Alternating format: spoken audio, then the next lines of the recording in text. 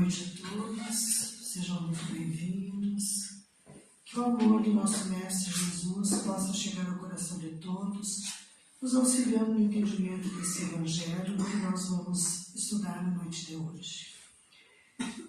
O Evangelho que nós vamos conversar hoje, ele fala em obediência e resignação. É encontrado no capítulo 9 do Evangelho segundo o Espiritismo, que tem por título Bem-aventurados aqueles que são mansos e pacíficos. É uma mensagem do Espírito Lázaro, que foi transmitida em Paris no ano de 1863.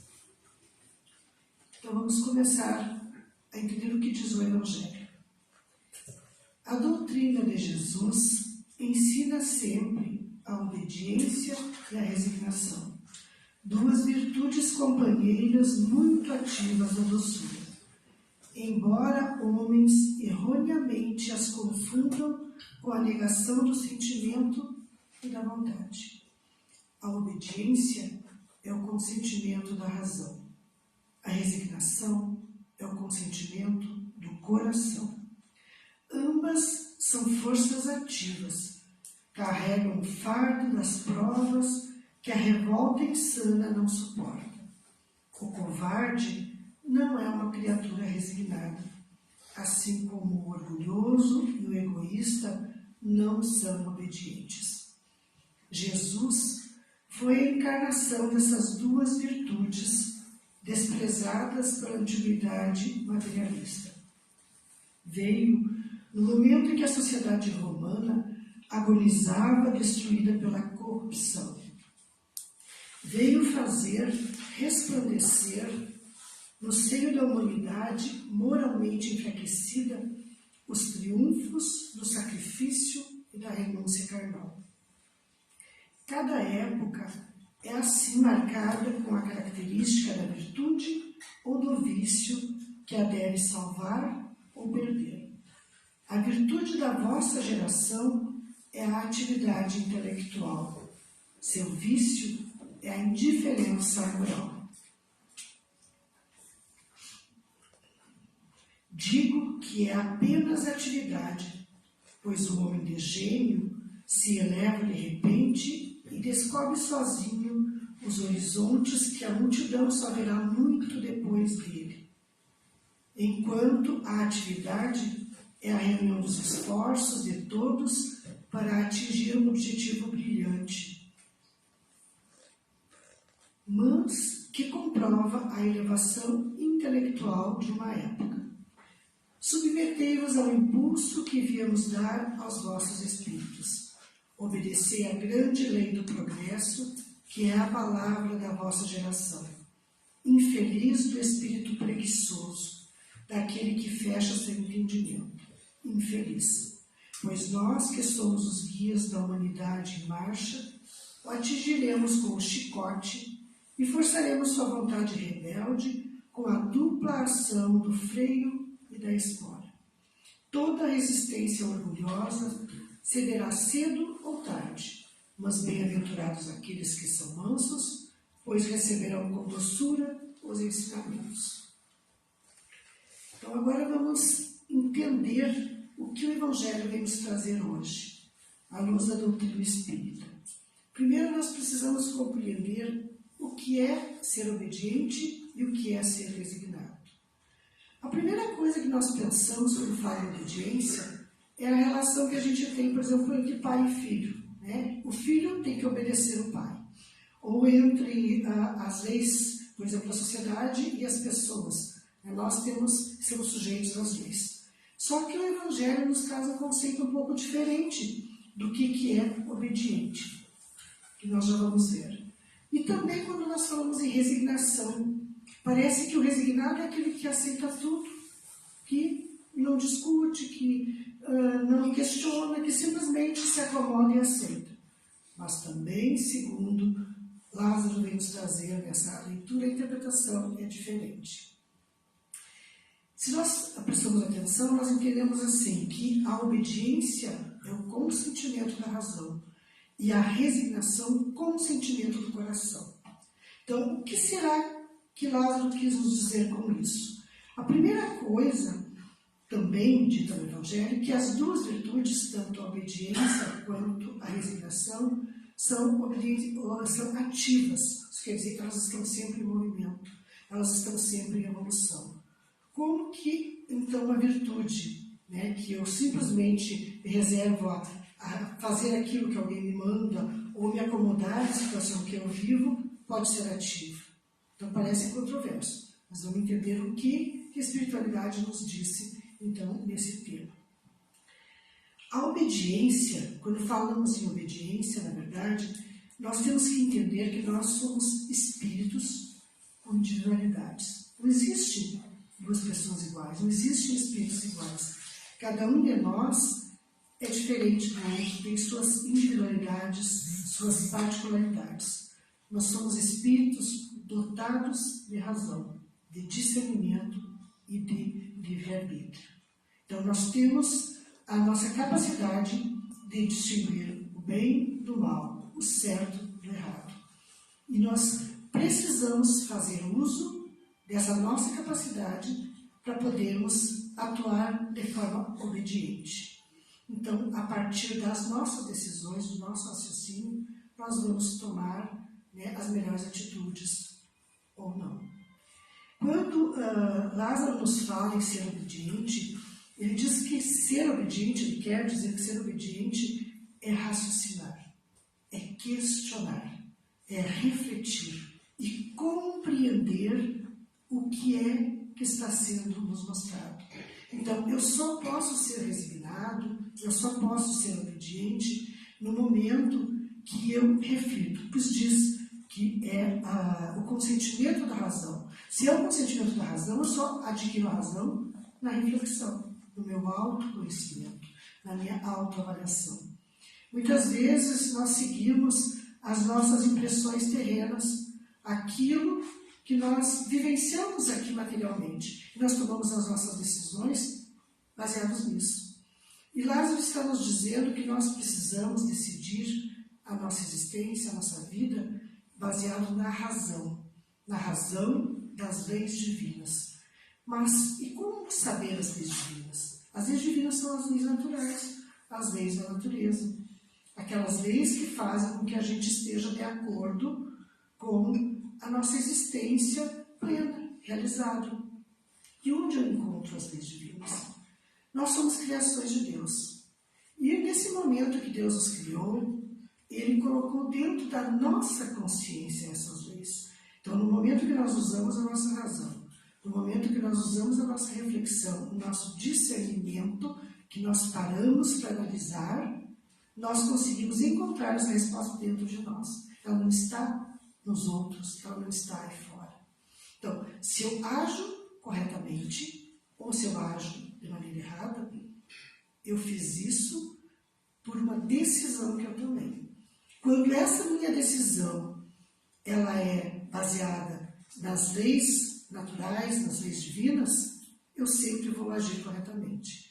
Quando essa decisão é baseada nas minhas convicções materialistas e humanas, eu corro o risco de errar. Porque nós, às vezes, nos achamos muito superiores aos outros, perfeitos, melhores que os outros, só que quando a gente para se analisar, a gente não é assim. A situação, por exemplo, alguém que fala mal dos outros, alguém que sempre tem coisas negativas dos outros para dizer, frequentemente a gente faz isso. Na verdade, o que eu estou vendo no outro não é o que o outro tem, mas é o que eu tenho dentro de mim. E então eu espelho para o outro aquilo que eu carrego dentro de mim. Eu sou assim, não o outro. Então sempre a gente tem essa relação. Então Lázaro nos traz a obediência nesse sentido, da razão, da reflexão. E aí sim, no momento que eu tomo uma atitude baseada naquilo que é correto, a minha atitude vai ser a mais acertada. Então, quando a gente comete erros, quando a gente faz coisas erradas, é que nós deveríamos ter pensado, raciocinado, agido diferente. E nós temos um exemplo a seguir. Cristo foi o exemplo dessas duas virtudes. Ele viveu dentro, né, da obediência e da resignação. E se nós pararmos sempre diante de uma dificuldade e pensarmos o que Cristo faria, nós nunca vamos errar. E nós temos que lembrar que existe, né, nós temos várias leis. Nós temos a lei do livre-arbítrio, que Deus nos dá, que faz parte das leis divinas, que Deus nos concede aquela responsabilidade de decidir o que é melhor para nós. Só que nós temos também a lei da ação e reação, da causa e efeito, que é tudo aquilo, né, tudo aquela sementinha que nós plantamos, nós colhemos. Se essa sementinha for uma árvore frutífera, frondosa, com frutos suaves, doces, gostosos, nós vamos colher essa árvore frutífera, esses frutos. Agora, se for uma erva daninha que eu plantar, eu vou colher essa erva daninha. Então, nós precisamos analisar muito as nossas atitudes. E o Evangelho de Jesus vem exatamente nos trazer isso, essa nossa autoanálise. Porque a gente sempre julga que tudo é o outro. O outro é responsável pelas coisas, mas não. Somos nós mesmos. Nós causamos o nosso benefício ou o nosso malefício. Então, tudo que acontece conosco é nossa responsabilidade. E ser resignado, segundo o Evangelho, significa buscar as causas das coisas que estão nos acontecendo e buscar sempre mudança, buscar sempre a evolução, sempre o nosso progresso moral. Quando a gente age, então, como já vimos, de acordo com as leis divinas, é mais difícil de errar. Mas quando nós erramos, porque pela nossa imprevidência, né, pela nossa falta de conhecimento, porque muitas vezes a gente não erra porque é ruim, a gente erra porque a gente não tem conhecimento. Então nós precisamos fazer, né, uma análise, usar da resignação, ou seja, o consentimento do coração. Eu vou sentir com o meu coração aquilo que realmente é importante, aquilo que realmente é necessário para a minha caminhada. E quando a gente age com resignação, a gente aceita as provas que vêm para nós, que não podem ser mudadas.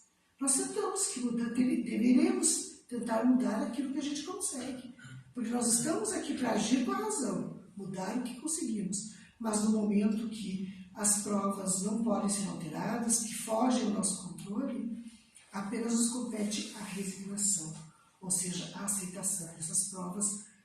Porque quantas situações a gente vê de pessoas que se revoltam contra a doença, se revoltam contra acontecimentos, e aí tudo fica mais difícil. Por quê? Porque a revolta não leva a nada. E se nós tivermos o entendimento que nós mesmos, ou em essa existência, ou em outra existência, causamos esse mal, nós vamos saber que nós precisamos mudar a nossa conduta. Então, quando a gente é resignado, compreende isso, a gente acalma o coração, a gente apazigua o nosso coração e segue em frente, sabendo que erramos e que precisamos corrigir e que vamos corrigir na medida que nós formos mudando. Um exemplo, uma doença muito grave, por exemplo, veio até nós. Aí, no primeiro momento, podemos levar um choque, mas muitos se revoltam contra Deus, se revoltam contra a vida, né? Por que comigo? Mas aí nós temos que analisar que podem ter ocorrido dois fatores.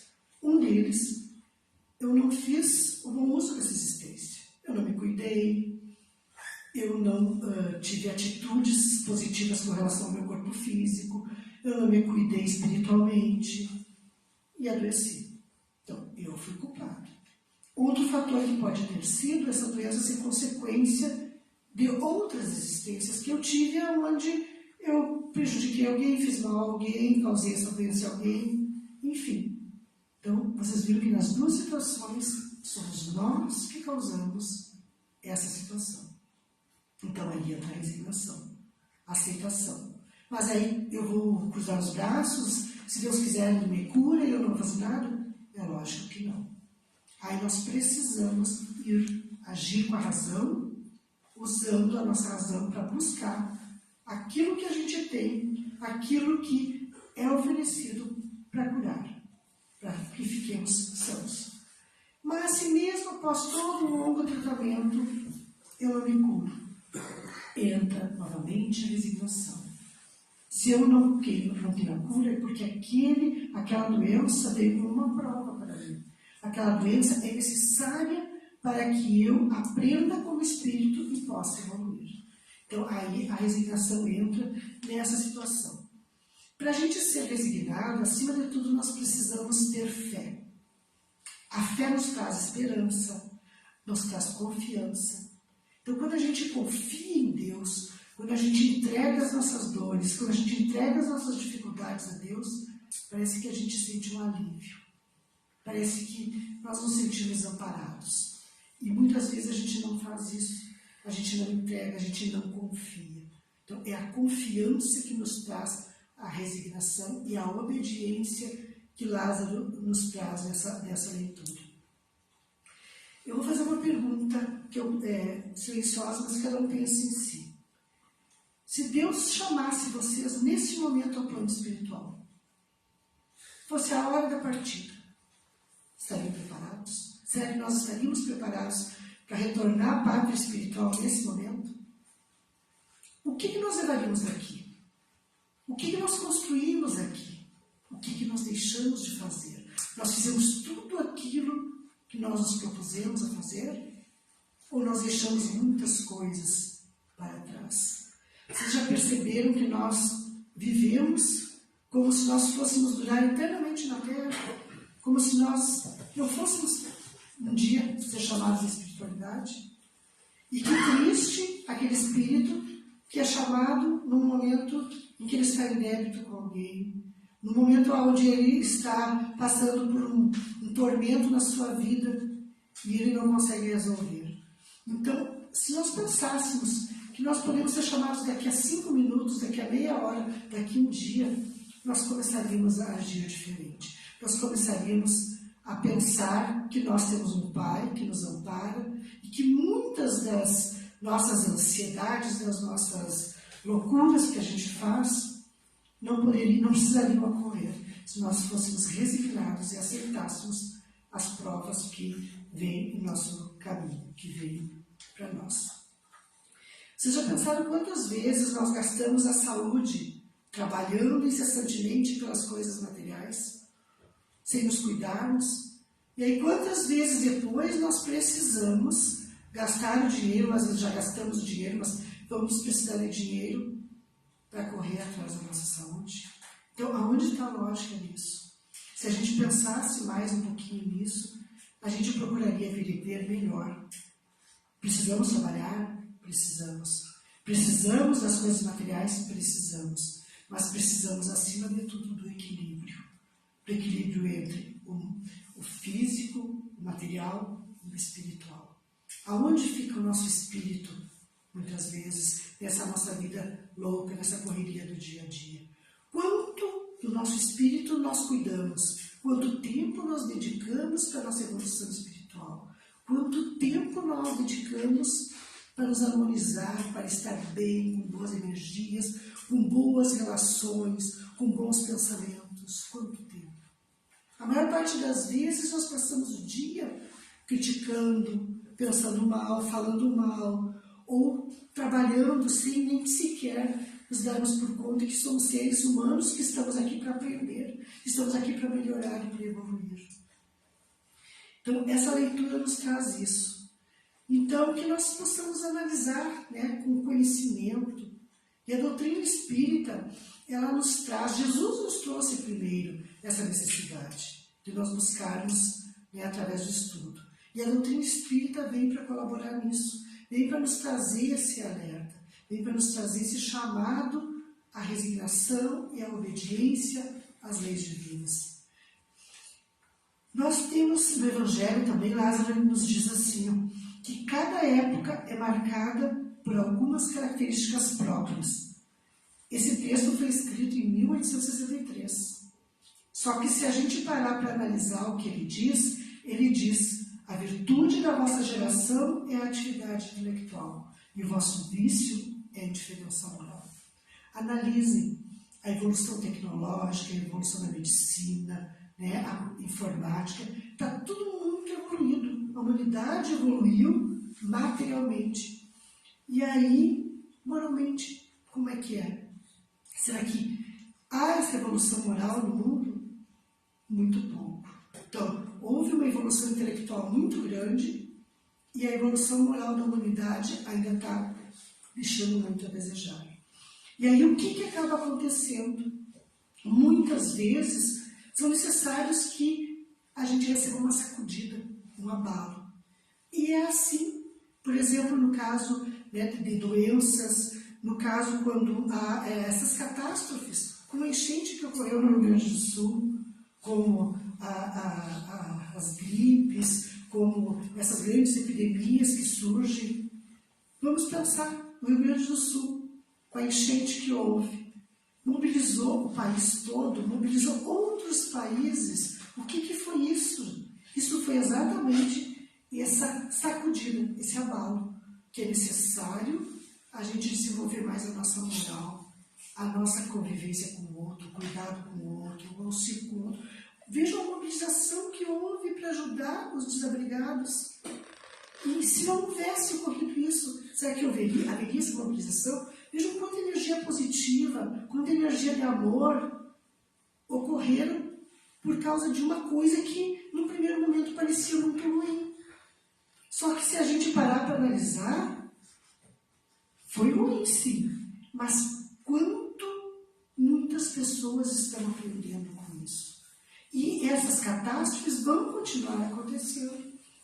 Principalmente porque nós estamos passando por um período de transição planetária, onde nós estamos deixando de ser um planeta de provas e expiações e vamos aos poucos nos tornando um planeta de regeneração. E para que isso aconteça, é preciso um abalo, sim. É preciso que haja uma mexida muito grande dentro de nós. E aí a compreensão desse Evangelho é tudo dentro de nós. A mudança não ocorre fora. Para que a mudança fora ocorra, primeiro cada um de nós precisa, dentro da nossa razão e dentro do nosso coração, fazer a nossa reforma, a nossa mudança. E assim, através dessa reforma, dessa mudança, mudar quem está à nossa volta. O Evangelho também fala do preguiçoso, fala que sofrerá a ação do chicote, né, e sofrerá pela ação da espora e do freio. O que isso quer dizer? Quem é o preguiçoso? O preguiçoso são todos aqueles que não enxergam as mudanças necessárias. Todos aqueles que se acomodam, todos aqueles que até hoje não conseguiram entender que nós precisamos evoluir, que nós precisamos mudar, que nós precisamos correr o mais rápido possível atrás dessa nossa mudança. Que o tempo urge, o tempo é pouco, é curto, e se a gente deixar, o chicote vai nos pegar. É a espiritualidade que vai nos punir? Não. É nós próprios, através das nossas ações erradas, que vamos sofrer o resultado dessas ações.